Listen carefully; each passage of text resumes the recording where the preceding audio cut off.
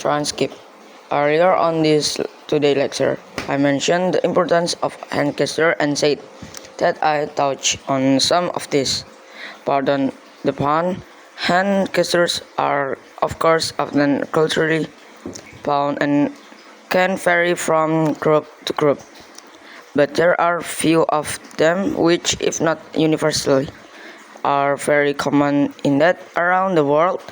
I'd like to focus on the history of four gestures in particular: the salute, the thumbs up, the high five, and the handshake.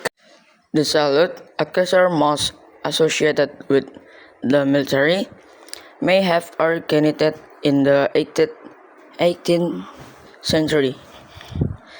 The Grenadier Guards, one of the oldest recruitment of the British Army, used helmets in the form of cones.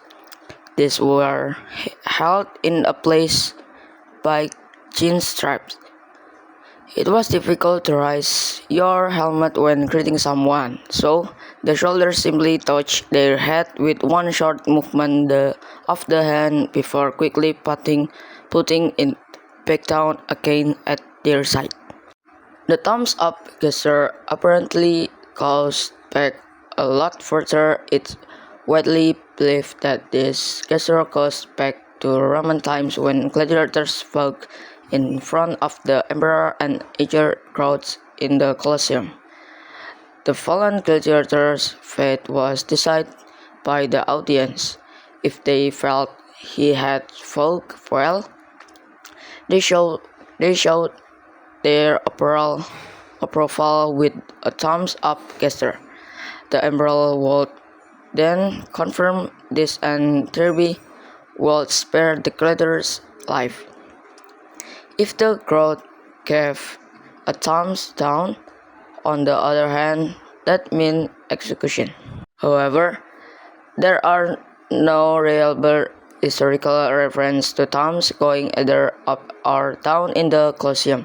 It may be that if the crowd wanted to spare the gladiator's life, then they would actually cover up their thumb and keep it hidden.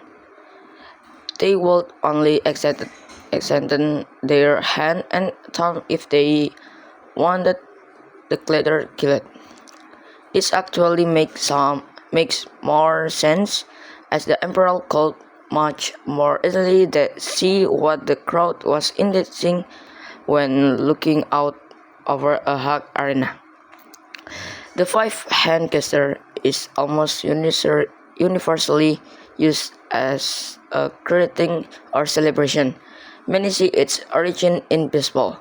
Two U.S. teams lay claim to inventing the high five: the Los Angeles Dodgers in 1977 or the Louisville Cardinals in 1978. It's quietly likely that it was neither, and the gesture might have much earlier origin again. It's very similar to a 1920 jazz a gesture known as the low five or giving skin. This gesture involved people slapping each other's lower hand. Also in celebration, there are in fact numerous references to the low five in films of the era. Perhaps the high five is just an evolution of that gesture. The final gesture I'm going to mention today is the handshake. It dates back as greeting at least as far as ancient Greece. In the Acropolis Museum in Athens, the base of one of the columns shows goddess Hera shaking hands with Athena, the goddess of wisdom and courage. It's thought that shaking hands rather than bowing or courtesying showed both parties as equals. In 17th century marriage portrait in Europe, we find many examples of handshake between husband and wife.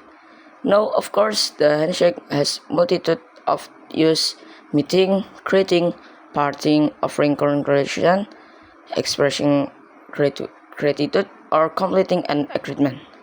In sport or other competitive activities, it is also done as a sign of good sportsmanship.